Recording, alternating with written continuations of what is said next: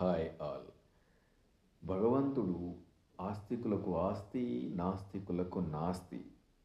ఈ విషయం కొద్దిగా అలా పక్కన పెడితే, భగవద్గీత సారాంశము సృష్టి మాయ, చావు పుట్టుకల ఛాయ. 84 లక్షల జన్మల జీవుల దేహధారణ, తప్పని కర్మల మాయ జాగరణ. కావాలి నిర్మోహ కర్మలు, చేయాలి నిరహంకార స్మరణలు.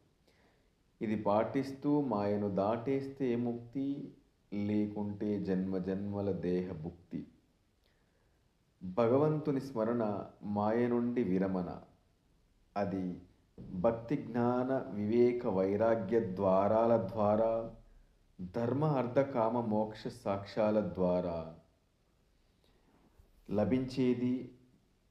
మాయ నుండి ముక్తి లభించేది. నీదనేది నీది కాని నీది అది, అంతా నేననే నాదనే నిజమిది. నీవు నిమిత్త మాత్రుడవు, నేను సర్వాత్మ స్వరూపుడను. ఇదే జ్ఞానం, ఇదే ప్రజ్ఞానం.